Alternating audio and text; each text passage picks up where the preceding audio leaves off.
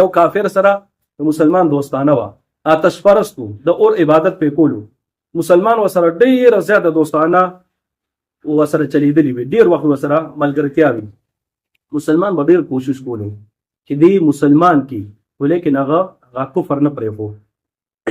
چې کله د آتش پرست انتهایی بوډا شو، مسلمان ورته وویلې ملګريه ستا ما سره ډېر احسانات هم دي او ملګرتیا دې را سره ده، د الله تعالی د رضا لپاره ته مسلمان شه. ولې د کوم اور چې عبادت کې په دې اور کې به بیا سوځې ګورئ. دغه بوډا ورته وایي بوډا هم دی کافر هم دی، ما په داسې حالت کې الله تعالی قبول کړي. اوس په ما الله تعالی قبول کړي، ګیره مې سپینه شوه، ویښته مې سپین شول په دې کفر کې او د اور په عبادت کې. د الله تعالی مې ټول عمر نافرمانی کړې ده، 80 کاله مې ټول په ټول د دې اور عبادت کړی دی، الله تعالی به مې قبول کړي که نه؟ او ته ولې به نه قبلوي؟ الله تعالی د توبې لپاره د عمر قید نه دی لګولی چې ځوانۍ کې به راځي، بوډاوالي کې به نه راځي. دا الله تعالی نه دی ویلي. په هر حالت کې چې ته الله تعالی له راشي، الله تعالی به تا قبلوي. نو دی ورته وایي ته ما ته په دې قسم خوړی شي؟ مسلمان ورته وایي بالکل قسم مې دی په الله تعالی وي، که تا ایمان نه وړو تا به الله تعالی جنت ته داخلوي. دی ولې زر زر یو کاغذ راوالي چې ما ته په دې باندې دستخط وکړه. دا کافر ورته وایي. بس مسلمان هم جوش کې راغلی وي او ته ډایرکټ په دستخط وکړي په کاغذ باندې، وایي که تا ایمان نه وړو کلمه دې وویلې دا زما دعوه ده او دا ولې زما دستخط دی چې ته به انشاءالله جنت ته داخلېږې. دستخط پې ورته وکړي په کاغذ باندې.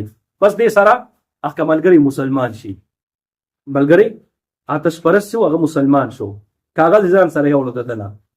څنګه یو څو ورځې تېرې شي، یو مسلمان زړه کې خیال راشي چې دا ما څه وکړله، ده ته چې ما وویلې چې تا به الله تعالی خامخا بخي، ولې ما سره د بخښنې سرټیفیکیټ دی څه؟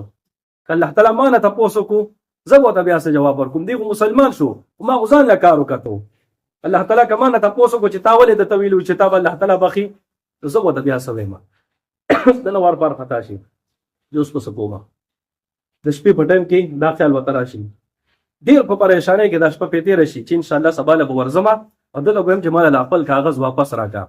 هفته 2-3 هفتې تېرې شوي وي چې څنګه سحر شي د ملګري کور خو ته معلوم و، په تیزۍ کې هغه له ځان ورسولو، ور ورته وډزولو، نو د هغې د کور نه یو بل کس راووتو، سپي یا چیار څوک هغه راووتو. اته یې ولې وایي یاره دې له راغلې ما له هغه ستاسو والد صاحب ویل چې هر څو هغه څه شو او ته خو وفات شوی دی. بس یاره ورسره نور هم پیدا شي وفات شوی دی. وایي ښځه که هغه هر څه شوي په دې خو زه خفه یم یقینا چې وفات شو، په هغه سره یو وړوکې غوندې کاغذ و هغه ماله راوړه، هغې د وجې نه زه ډېر پریشانه شوی یم. دې ورته هغه خو دا وصیت کړی چې کله زه وفات شم دا کاغذ به ما سره په قبر کې ایږدئ، هغه خو سره موږ په قبر کې ایښی دی. بس دی نور هم پریشانه شي، دا مې څه وکړل، دا خو زما هغه کاغذ هغه دی، برزخ ته لړو، اوس به څه کوم؟ اوس خو نور هم راته پریشاني نور هم جوړه شوه. سړی نه ډېر وارپار خطا دی، اوس به څه کوم؟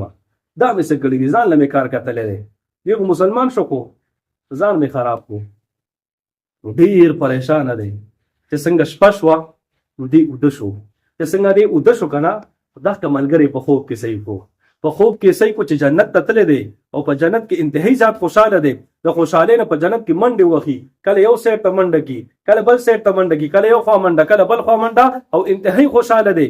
دی ورته آواز ورکړي پلان کیا څنګه جلدې ملګریا جنت ته راغلی سو؟ یا واو جنت ته راغلی ما. وی ښه که هر څه شوي مال هغه کاغذ واپس راکړه، کاغذ پسې زه ډېر زیات پریشانه شوی یم، هغه کاغذ هغه سره په لاس کې وي او ته دې ته زما د سره اړو ضرورت رانهلو، الله تعالی ما نه اړو دا تپوس ونه کړو چې تا سره کاغذ ته وکړو نشته دی، زه الله تعالی بغیر حسابه کتاب وبخلم، الله تعالی زه جنت ته داخل کړم چې تا د خپل کاغذ د وجې نه دونه پریشان یې واله خپل کاغذ دی ماله دې ته زما ضرورت رانهلو، کاغذ یې ورته واپس راوویشتو، ده داسې راکیچ کو چې څنګه یې کاغذ راکیچ کو، دې د خوبه راپاڅېدو چې ویې کتل هغه کاغذ یې په زړه باندې پروت و، کاغذ دته په زړه باندې پروت و.